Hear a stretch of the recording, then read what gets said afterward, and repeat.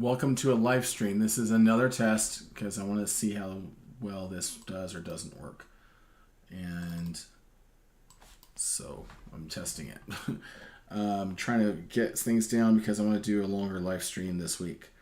So I'm just checking this out like on my own phone, see how it looks and things like that.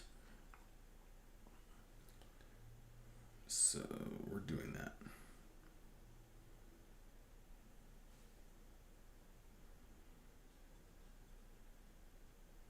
Trying to get things down. And there I am. And let's see here. I can hear myself. That's not great. So there should be one person viewing, although it might not see myself. Let me try logging into my other accounts.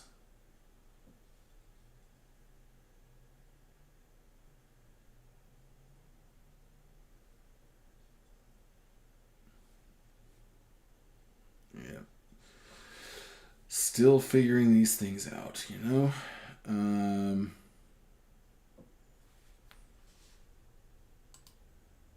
Okay, view. Oh, it says live viewers 1. Okay, and if I close this, it should say live viewers 0 when I refresh. So if there's anybody else watching this, it's not me. You can leave a comment below. And this is going to get deleted. I'm just, chit-chatting with myself to test this. Because I have no idea what I'm doing.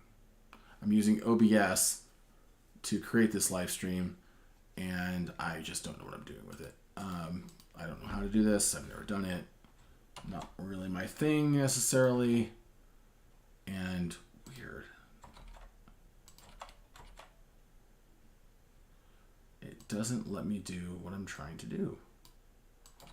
It affects the browser. Very strange. Try closing this. Affect this here. Create a new. Oh, that's weird. It's only affecting. I'm going to stop the stream, set all this up, and then go back to it. That's just weird. Maybe I'll just change this setup. Let's see. Is there anybody else here? Oh, hi Wade. Hey there. Thanks for bearing with me here. Sorry, I just saw that. Thanks for helping me test my streaming. So let's see. Yeah, it says there's a live viewer. I guess that's you. So again, just trying to figure this out here. We just hit 1,000 subscribers, which is like a big milestone. And so this week I'm going to do a live stream and kind of talk about what the channel's been up to and in the past and where it's going and that kind of thing. I actually spent an hour tonight. I thought it would be like a 20-minute deal, and then it's been like an hour tonight recording it. And I looked when I was done; it was an hour and 7 minutes. And I thought, I can talk a lot, so I should probably just live stream it and then have some interaction with y'all. Kind of like more of a QSO instead of just me blah blah blahing to my camera, which I would do anyway because that's me. Anyway, so yeah, thanks for hanging out with me here. In fact, if now it says there's 3 live viewers, so I'm guessing one was me and there's 2 of you. I don't know.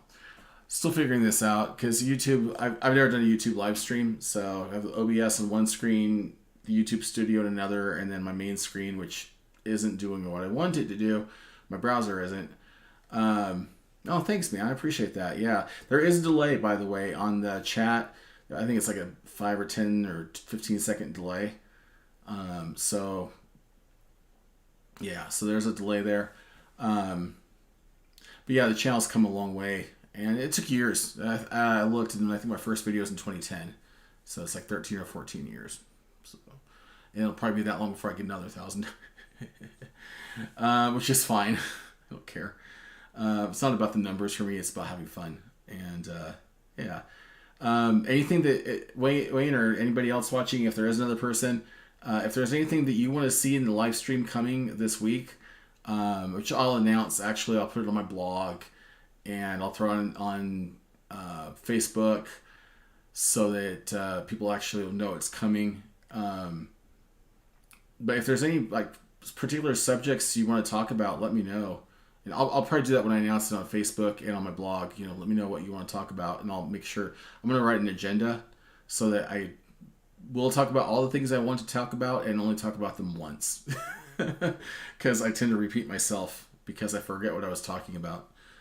And I'll probably talk about that ADHD and how I've learned that affects me as a human, but also as a geek. Hey Johnny, hi. Thanks for watching. Yeah, I'm gonna have to cut this short. I actually have company coming here in a little bit, although I'm not sure when. They were supposed to be here already, so I thought I would do this, but it works. Yay! Yeah, if you guys have any ideas what you might like to talk about, if you just joined Johnny, I'm going to talk about this coming week. If I have time, it may have to wait until a couple weeks. It may get delayed till February if I can't find time this week. But this is going to be the format right here, so I don't think it's going to be too difficult. Also, if you guys would tell me if the audio is okay. The video I can tell is okay, except that it's got me on it. Oh yeah, it's ADHD sucks. It can also be a superpower though. It can also be a superpower, and I intend to talk about that a bit. I'll bring up ADHD because I think it really affects more people than people realize. Let me fix this here. You can see my giant body, I guess. So my talking head's at least in the middle of the screen a little bit. Let's see here. So I have this camera. It's a Microsoft LifeCam 3000 or whatever, and I've got it on a one of those mic booms. I've got it zip tied to my mic boom, and I've got a USB mic on the boom. That's where my audio is coming from. Okay, great. Thank you for that. I'm worried. This room, I have a nice but a little bit loco landlady, and I can't actually put pictures up because she doesn't let me put nails in the wall, and I'm really nervous about using tack strips to put things up because those can take paint off too, and then she'll freak out and whatever. I might just have to be one of those situations where I have to ask for permission, for forgiveness instead of permission. The camera is the Microsoft LifeCam 3000, I think it is, and the let's see, the mic it's not an expensive mic. Let me look real quick. It's let's see here, which one is it? I'm just looking on Amazon. Yeah, here it is. No, that's not right. That's not it, is it? It might be. Yeah, I think this is it actually. Oh, and now my browser's behaving. I'll turn my browser on real quick and you can have a look. I have no idea what type of ADHD do I have? Oh, sorry. Yeah, I'll try to brighten up the room. I don't do this. This is probably one of the few times I'll ever live stream, like this planned live stream I'm gonna do. And hello N2 Jambi. I think you just subscribed. I saw a notification, so thank you. You're one of the ones that helped me hit 1,000. I'm gonna have to stop this live stream at some point because I'm gonna be getting a phone call and then I'm gonna have to go. So I apologize for any abrupt endings here. There will be a actual live stream coming this week. I don't know what type of ADHD I had. So here's what happened. I had a coworker got a new coworker in May of 2021. Awesome gal named Melissa. And she was supposed to be my new boss, but we ended up just being coworkers because we got along just like peas and carrots, as she would say. Really great lady. And I got to know her, and she got to know me over the course of about 2 or 3 weeks. And she says, Ryan, I think you have ADHD.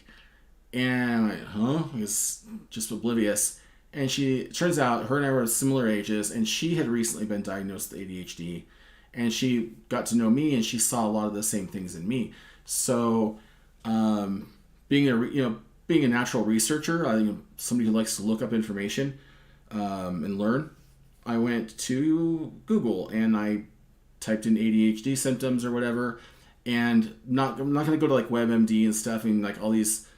I'm not going to go somewhere that's optimized for SEO, search engine optimization. I'm not going to go read some SEO thick article that WebMD or some other place wants you to read. I went to the National Institute of Health, NIH.gov, and I went through the list of all the ADHD symptoms, and I went, out of like 12 or whatever symptoms, I had something like 95%. It was like out of 12, I had 10, something like that. So I went to my general practitioner, which also a pretty neat lady, and I prepared ahead. I told him why I wanted to come. I had some other issues, but I also wanted to learn about ADHD and see if I have it. And it was kind of funny. I've since learned that a lot of people go to a psychiatrist. They do a battery of several batteries of tests to find out what you have. And I got a 1-page sheet with 7 questions on it, or maybe 8 questions. Do you this? Yes, no. Do you this? Yes, no. And then I was like 6 out of 7. And she looks at it and goes, "Yep, you got ADHD." It's a small town, right? And I've been doing more research on it. I actually spend a lot of time on Instagram, kind of funny enough, and I follow some ADHD accounts, and I'm like, oh man, this describes my life so much. Like when I was a kid in school, Ryan would be such a good student if he could just live up to his potential. Bam, ADHD. The whole procrastination thing. I've lost jobs from being late because I just keep thinking I have more time than I do. The thing where if I don't have my friends around me, I kind of forget they exist. Just so much stuff, even daily stuff. Caffeine doesn't put me to sleep, but it sure does calm me down. Again, ADHD. And I think one of the most powerful things I learned about it is that it's not a lack of the ability to pay attention. It's the lack of ability to regulate when and how you pay attention to things, including that you don't really get the payoff for focusing on something until you've already started. Whereas for a normal person, they're like, oh yeah, I'm going to pay attention to this because this is fascinating. Whereas I go like, oh, I don't want to have to do this. But then 10 minutes into it, I'm zoned in.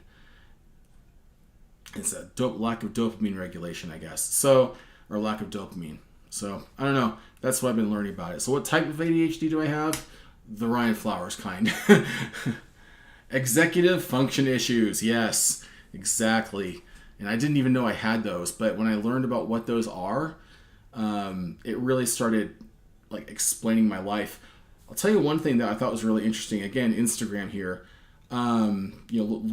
Researching it there just by watching my feed. One of the things I learned about is that a lot of people who have ADHD and autism, which I guess ADHD is kind of on the spectrum there. I'm not really sure where it is, but I learned that there's a thing called audio processing disorder, and if you haven't heard of it, it explains a lot because in the past, in fact, this drove my wife nuts because it seemed so inconsistent to her. I would be like, "What did you say? Do you? Oh man, I'm sorry. I'm not taking anything except coffee." And I don't want to, honestly. I just want to learn how to cope with it better if I can. And I think I can. I got a buddy who also has ADHD who has helped me a lot to recognize these things too. But audio processing disorder, getting back to that, there'd be times I'd be like, "What did you say? Yeah, I didn't catch that."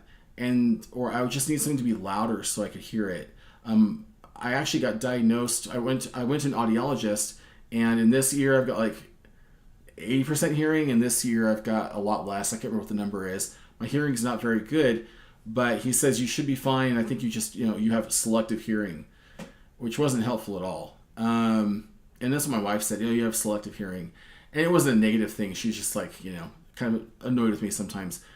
So sometimes the volume couldn't be loud enough, and then there's other times where something's just too loud, or there'd be a loud, sharp burst of sound like a dropped plate or a dropped pan or something like that, and I'd go, "Oh, ow!" And she'd like, "What are you being so dramatic for?" And I'd say, "No, I'm not being dramatic. That hurt. That caused pain inside my ears."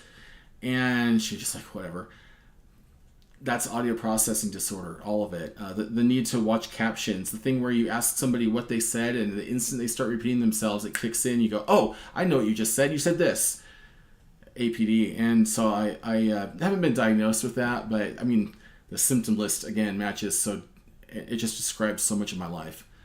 So that's been really interesting. It's kind of been self-discovery over the last few months. Kind of learned last year about the ADHD, but more so in the last 4 months. Yeah, so I'll talk about that in the live stream, because it's definitely when I do a real live stream this week, because it's definitely affected. It actually defines why I came up with the name Miss.Geek before I even knew. It's because I'm always doing different things, because I can never pay attention to just focusing on one thing. I bounce around between hobbies, and I have a lot of different hobbies. And I'm going to talk about that in the live stream too. Some of the stuff you're going to see coming up. I've got some really cool projects, and one of them uses this part. And mirrors. So, anything else you guys want to hear when we go into a live stream? Any other topics you might find interesting? I see there's still some live viewers, so I'm assuming somebody's here. And in case you're wondering why I'm going like this and around, I've got monitor 1, monitor 2 above it, monitor 3 to the right, and that's over here. So, yeah, open to feedback here. Again, not really ever doing the live stream thing before.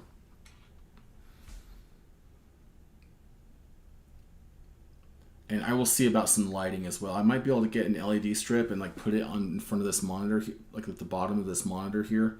I think I'll do that, because I still have some LED strips I haven't used. I think I have a whole one that's unopened. They're like 8 feet long or something, and I haven't used the whole thing. I think I used LED strips to replace the dome lights in my truck. Big difference, because I got a strip going across the whole roof. My truck doesn't have a headliner, so I just put it directly on the roof and then wired it to the dome lights. Works really well. And then I had to replace the switches and the doors, so when you open the door, the lights come on. So that's really nice. It's an old truck. It's an '88 Suburban. So if you want to see that stuff, that's on Square Bourbon. That's my my Suburban channel. Any plans for any of Han's new QDX models? So let me go to QRP Labs real quick.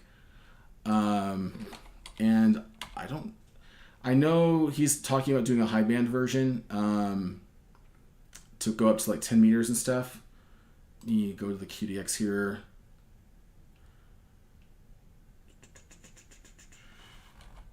And now it's acting normal. That's weird. When I'm streaming, when I'm doing videos and stuff, I hide my toolbar that has all my bookmarks, because that's a very personal thing for me. I'm nothing bad on there. I don't know, it's like, I'm not gonna see like links to Pornhub or something like that, but it's like stuff it feels personal. It's like looking in my little black book for me. And that wasn't working. So the high band or the monoband low one. The monoband or low one, I think, is for 160 meter, 2 megahertz, I believe. And the answer to that one's a no. Probably not. He has a conversion kit for high band.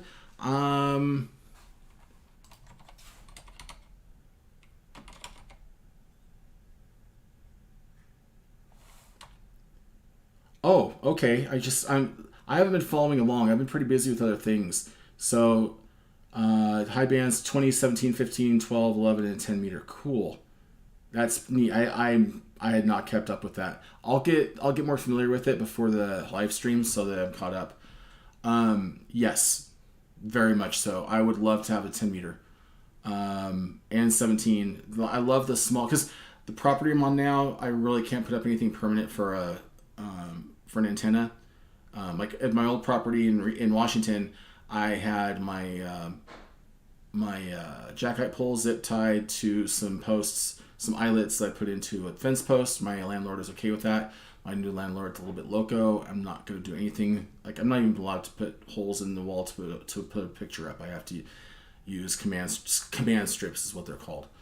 And I don't like those. So anyway, so yeah, I can't really do that. But I could do something small with 10 meter, 20 meter, 17 meter. Yeah, totally interested in that, and we'll be doing that now that that's out. I love the QDX. The QDX is such a cool little thing. It's it's the size of a pack of cards, and it's a multi-band radio. It's just very, very cool. And mine's dead right now. The PA blew up. I blew up a BS-170. I just went out to you may have seen the video. I went out there and it was dead. And I replaced that BS-170 and it got super hot again.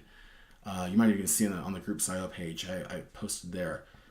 And so I need to replace all 4 of them. And then there's there's a small chip on the back that I need to replace. And it's cold right now, and my shack is a desk in my garage, which is unheated. So I really haven't been messing with it. I need to move that into my office here, and it's just not been a high enough priority because I have a million other things going right now. So, in fact, that's one of the reasons I wanted to do live stream coming up, is because there's some changes coming to the channel, somewhat shift in focus, not stopping ham radio, don't worry, but a shift in focus to put the miscellaneous back in Miss.Geek. I need to be outside more. I'm not going to mention this on my I might because I talk a lot, but which is also ADHD. I got so much trouble for talking when I was a kid in school. In fact, this is another ADHD digression, but in 5th grade, I got kicked out of Mrs. Harris' class, and because for talking too much. And my punishment was I had to sit on a bench outside. This is in Southern California, so that wasn't too bad. While everybody else got to watch Spaceballs on VHS on the little carts they ran around. This is in the 80s. These days, I'm just appalled that they actually let 5th graders watch Spaceballs. Yeah, do that, Wade. Sorry. Yeah, build it. They're easy to build, I have to admit. If you're intimidated by any of the build, don't be. The hardest part is I think it's the T12, that multi-tap transformer. But the trick to that one is viewing it as multiple windings without any cuts. Like, it's just basically, if you lay out the toroid into a bar and then do 5 turns here, 5 turns here, 10 turns here, 15 turns here, or whatever it is. And then you just don't cut the wire between the turns. That's what you have. And then you turn that into a toroid, a ring, instead of a bar. And that's all it is. It's really simple. Yes, Soda and Poda, for sure. I intend to do more of that. In fact, that's one of the things if you didn't hear me say it already, I recorded like an hour's worth of video, and I thought nobody's going to watch that, but they might watch a live stream because they're more conversational. I'm thinking about buying a commercial radio for that. I might buy an IC705.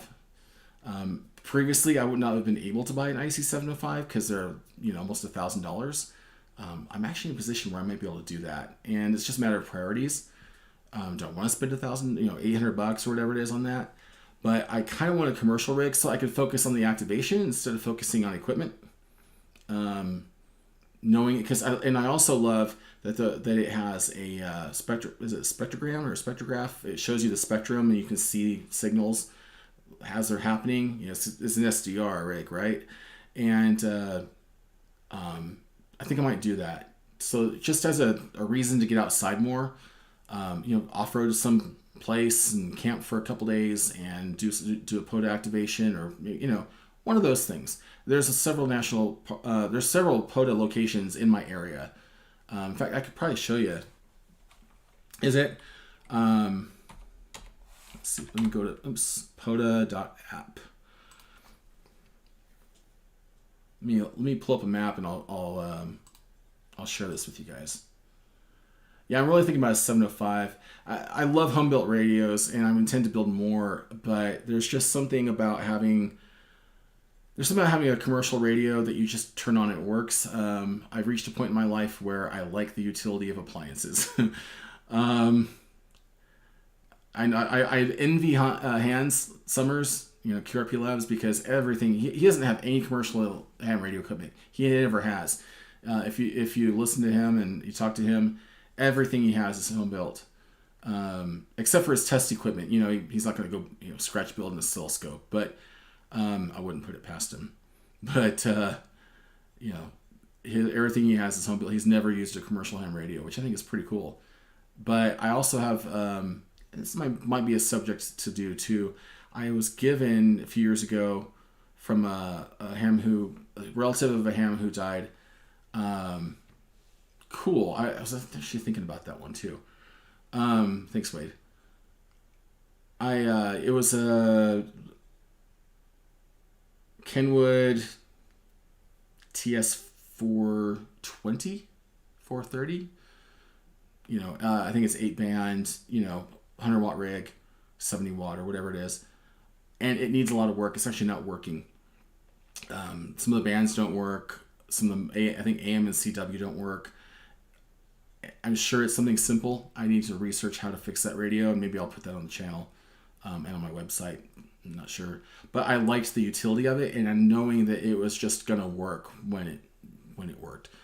And I like that a lot, and I think having that in a portable radio would be pretty nice. And having, not having to engineer the battery stuff. It has a built-in battery. Of course you can use a bigger battery too, but sometimes I just want to do things instead of engineer them. I love both. So you said it's a radio with a Linux box attached. That's cool. So is that? I'm guessing that's SDR based as well. Probably was that got an ARM processor in it or something. Wade. I'll look for. I know there's a delay here, so I'll look for your answer. But yeah, let me share with you the map of my area real quick. Just go ahead and sign in to this real fast.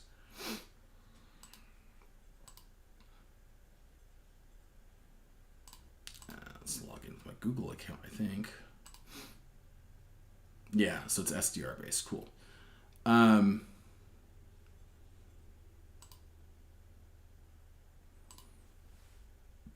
Okay. Let me enable my display capture. There we go. You guys should be able to see this. Let me move myself down a bit. So this town right here, Fernley. Let me go to the correct screen here. This is where I live. It's east of Reno and Sparks. I actually used to live in Reno and Sparks. I was born in Reno and lived in Carson City, which is down here, until I was 8. And then I moved to California and came back when I was 18. Then I moved, when I was 35, I moved to Washington. And then after my wife passed away, I moved back here. So I love it here. This is going to get me outside more. And you can see there's plenty of places to do POTA apps, activations. Down here, you've got a few. There's one Dayton Valley. Which have some family down here. There's one in Reno, which I'm surprised by. Let's see, what was this? Surprised. Oh, Humboldt-Toyabe National Forest. Okay, so the Humboldt-Toyabe National Forest is huge, so that it's not specifically Reno. But I have to see like what the borders for that stuff are. And I have an acquaintance who's a ham in Reno as well, and another one here. He's talked about we had discussed quite some time ago. We have friends in common, really, maybe doing some activations together. So that could happen. Here's Lake Lahontan Reservoir out here. Buckland Station State Park. What's this? Fort Churchill State Park. Yeah, that's stuff down toward Urington. Yeah, there's Wabusca. Here's Urington. There's another one. I think this is Walker Lake. Oh, Mason Valley Wildlife Management Area. So, yeah, there's a lot within. Like, this one is about an hour for me. This is about 45 minutes. This is about 45 minutes because you got to go all the way over here. And there's no straight line to it unless you go off-road. Then out here, too, Stillwater National Refuge, out past Fallon. Did anybody here see the new Top Gun last year? If you did, it presents it like it's all taking place in San Diego, Miramar, NAS Miramar, and it's not. I mean, that's where they shot a lot of it because it's cool, but Top Gun's actually in Fallon, Nevada, and which is down here. There's NAS Fallon, and we get F-18s flying over, and what else? Blackhawks. Yeah, F-18s and Blackhawks flying over, like right over my house on a semi-weekly basis, probably a couple times a month. You can see here a fighter jet going through the town, which is pretty cool. But yeah, there's a lot of photo activations that can happen, and also this is parts for a telescope that I'm building, and I'll talk more about that in the live stream. I'm not going to let that one completely out of the bag, but since we're looking at a map, this valley out here, basically Reno's light goes pretty far. If you've never been to Reno, it's an extremely bright town. It's like a wannabe Vegas, and it'll never be that, which I'm okay with. But there's a bunch of stuff over here too, and this area is just gorgeous. I think this is near Grey Eagle, Plumas Eureka State Park. There's Portola, I think Grey Eagles. There's Quincy. Where's Grey Eagle? There's Graniteville. Yeah, there's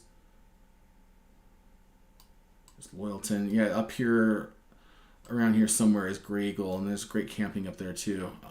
Anyway, sorry.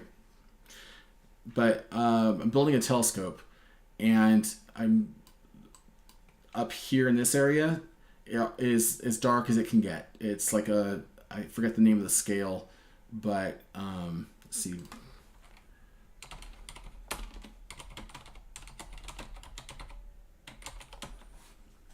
Yeah, here it is, lightpollutionmap.info. And so yeah, there's Reno Sparks, and it actually, I don't have the numbers up here, the key here up, but that goes all the way to Pyramid Lake, and Pyramid Lake gets pretty nice and dark. I mean, you can go out there and really see the Milky Way and see things. But if you go up here toward Gerlach, this is where Burning Man is up here, this Black Rock Desert. In fact, I was in Gerlach a few months ago. I think it was in September or October. Went up there to camp in that area. The people who run Burning Man are actually buying the town, the majority of the real estate in that town, and they're turning it into like a central location to run Burning Man from. I'm not okay with that personally. I'm not really into the whole Burning Man thing. Don't care if anybody else is, but I don't like the idea of them taking over, like any one entity, not just them, but any one entity taking over a town. Of course, that's where this light pollution is coming from too. This is measuring what Burning Man looks like. That's because that's where it is. That's where they have it every year. And if you've ever heard about Burning Man, it's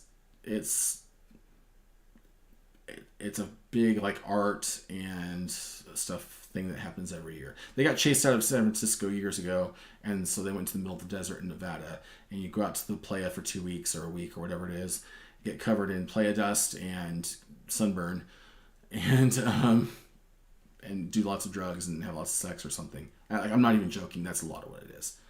And not everything is that, of course, but there is a strong element of that.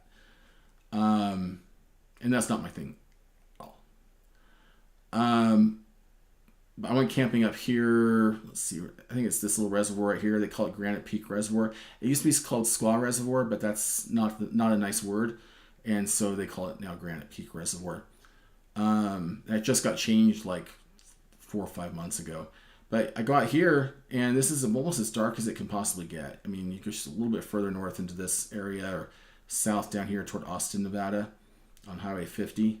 They call this the loneliest highway because there's nothing there. The loneliest highway in America. But yeah, but I live like this. Gerlach is 2 hours. And if I'm going camping up here, or I want to do some stuff up here, there's a place called Wall Canyon. And if you look at the wagon trails, basically from back east, going across the whole U.S. and settling the West back in the 1830s through the 1850s and 60s. The majority of those wagon trains took a route up to on the Oregon Trail, just like the game, and a lot of them did die of dysentery and other silly things. They're not silly at all, but they were going up to Oregon. A lot of them, Dallas right up here, and that took them right through this area of, like, it's going through the Black Rock Desert and into this place now called High Rock Canyon, and there's like grave markers and there's graffiti from the people going through there. There's wagon ruts. You can see like the ruts where hundreds or maybe thousands of wagons like went down these super steep slopes of rock, and they just ended up carving their wagon wheels into the rock over so many. It's really cool. I haven't been out there. I want to go out there. And then out here, and some of the stuff that is on the POTA map, if I switch maps here, these down here, I'm not sure which one it is. It might be Fort Churchill, and it might be Buckland Station. No, it's definitely Buckland Station. Well, almost surely Buckland Station was the Pony Express stop, which I think is really neat. There's a lot. In fact, I was just reading a book about stuff that happened in Nevada, and some of the most epic Pony Express things ever done were done between in this area. There was like one guy who rode like 190 miles round trip in one day on horseback, because other riders had been raided by other stations have been raided by Native Americans and all sorts of stuff. I can't remember the whole story, but there's a lot of history here. And there's also, tell me if you guys would be at all interested in this. When I do the big live stream, I'll talk about it there too. But any feedback would be welcome. One of the things I've always wanted to do is going out to like old mining camps in ghost towns and check them out. Maybe do some metal detecting, maybe some camping, some radio.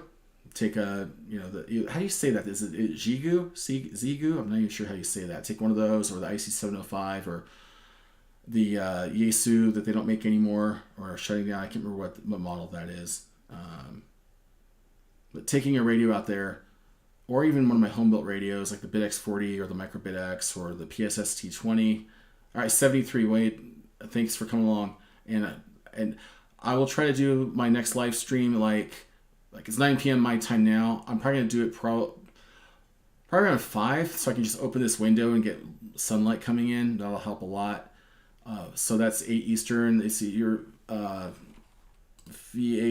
CNA. I'm not sure what. I think isn't that Central time zone, but I'll try to do it earlier in the day at least. So, yeah, FT818ND. Thank you. I could not remember. All I can remember is FT897, and I know that's not it. But yeah, the 818. Thank you for that. Definitely will have these other radio projects I want to do, but again, I just want to turn something on and play radio. But anyway, would that kind of thing be at all interesting to you guys? Like in the least bit, playing radio from remote locations and making contacts. And there's going to be if I do that, and I've been putting some thought into this, but not a lot. FT8, JS8 call. Okay, your EST too. All right. So your EST, great. Yeah, so I'm thinking about doing FT8, and in moderation, FT8's fun. Make a few contacts, that way your spot yourself or check yourself on the map on the PSK reporter. So I like to do it as an equipment check. Make sure that you can receive. Make sure you can send. Make sure that you can have a little QSO. But some FT8, some JS8 call, some sideband. I don't know CW yet, so none of that. Although I want to learn, I don't want to learn enough. So it hasn't happened. But if that kind of thing would be interesting to you guys, I would definitely love to hear it. Because then I can work that into my Square Bourbon Adventure channel, or right now it's just called Square Bourbon, and do the other part of it about the exploration, the mines, any old historic mines. I'm not going to go into mines because I don't think that's smart. I know there's other channels that do it, and I'll let them do it. I do watch them. I think they're fascinating. Never going to do it myself because I also have talked to the search and rescue people who have had to let people die in mines because they couldn't get them out, and they died because it's terrible. Just not my thing. But anyway, if you'd be interested in that, think about it. We'll do that. Talk about that in the upcoming live stream. So let's see here. Well, thanks for helping me test out, and thanks for hanging out with me. I'm gonna go ahead and shut her down, but I will announce this. I'll put check out on miss.geek.com. I will announce that probably tomorrow. Probably, let's see, today's Sunday. I'm probably going to end up doing a live stream Wednesday night, and I'll announce it tomorrow to give people a couple days to think about it. So check out miss.geek.com, and you can subscribe there and just get notifications when there's new posts. I don't spam people. So I'll probably do that Wednesday about 5 p.m. Pacific. That's the number I've got in my head. We'll see what my schedule looks like. But yeah, thanks for hanging out with me, guys. I really appreciate it a lot. Really. So I'll see you at 73. Have a good night, and keep an eye out for the upcoming live stream. And if you have any questions if you have any ideas in the meantime, feel free to email me. It's GeoCrasher. That's another thing I want to get more back to doing is geocaching. Oh, thank you. Doesn't feel great. I'm just talking. That's what I do. But yeah, GeoCrasher, GeoCrasher @gmail.com. And if you have any ideas or anything you want to see specifically, we'll talk about. I'm all open for it, and I'll put that in the post too. And then I'll build an agenda that I'll have on screen so that I can focus. Probably not.